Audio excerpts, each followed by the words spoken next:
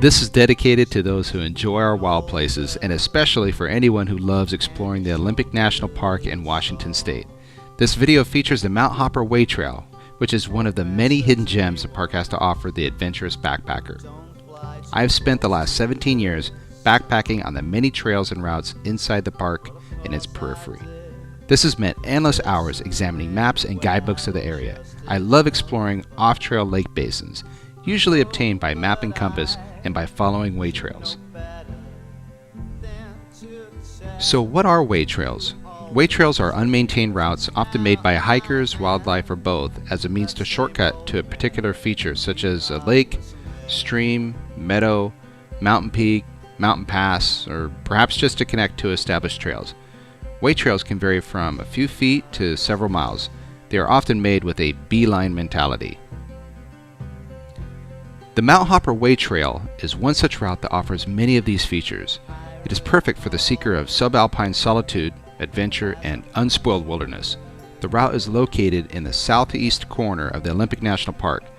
It caught my eye from an old guidebook back in the mid-1990s, but not until the summer of 2007 did I finally make a commitment to an exploration. So let's begin. From Forest Road number 25, park at the Putvin Trailhead, trail number 813. Get a good stretch in before you hit the trail because you're in for some vertical.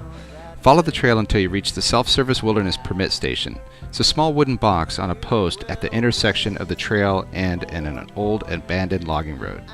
Sign in if you're staying overnight, then continue on the steep trail going up, up, up, gaining 2,468 feet in the next 2.5 miles.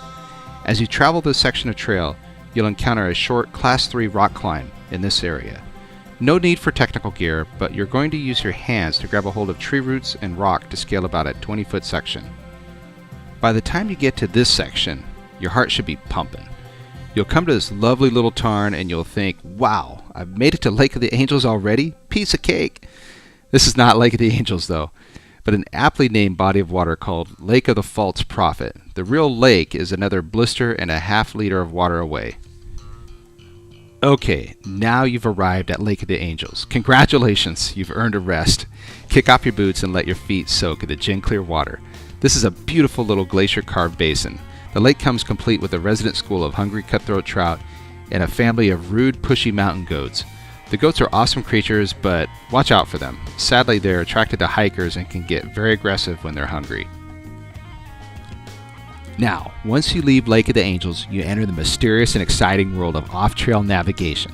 There are numerous game trails that create a web of crisscross confusion here. Beginning on the north shore of the lake, travel northwest to the saddle between Mount Skokomish and Mount Stone. From the saddle, you'll find two paths that drop down the other side. Take the one that goes to the right, which is north, slightly north by northeast.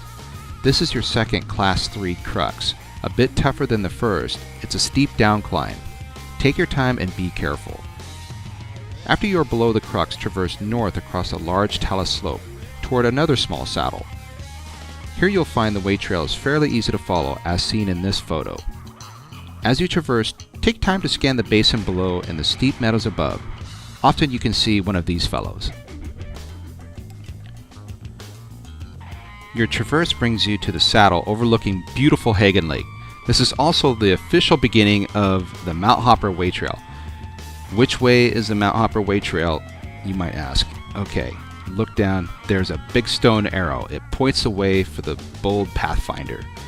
Now at this time, if you notice dark clouds and increasing winds closing down on you, which is often the case in this area, you have a few choices.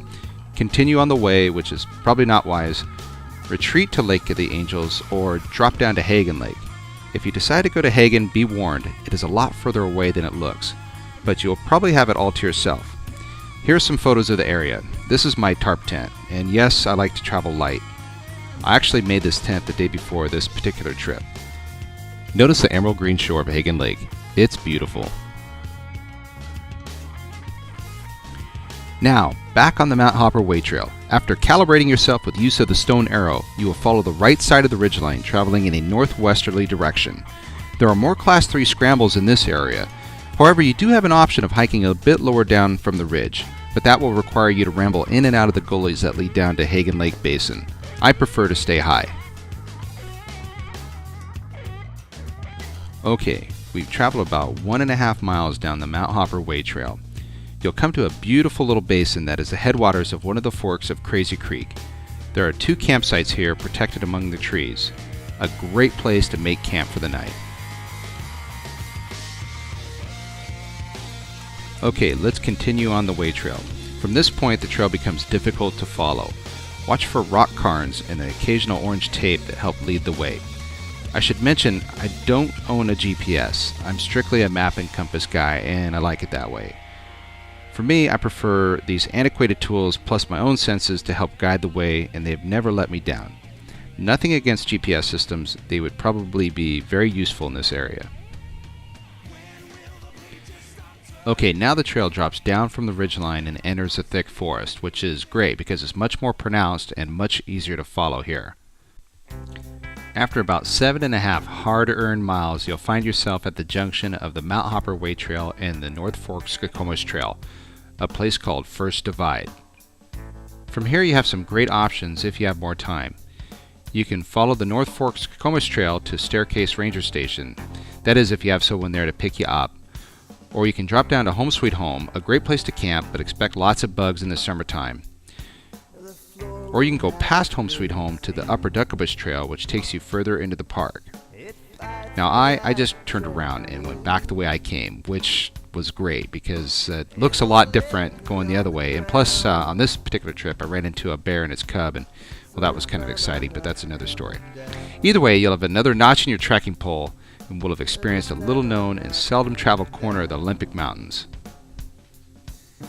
I really hope you've enjoyed this video trail guide of the Mount Hopper Way Trail. When in our wild areas, please practice a leave no trace ethic, taking only pictures and leaving only footsteps. Thank you, and safe travels always. Have fun out there. Every bit of life wrung out of me, and this time I'm not coming down. This time I'm not coming down. Trampoline. Trampoline.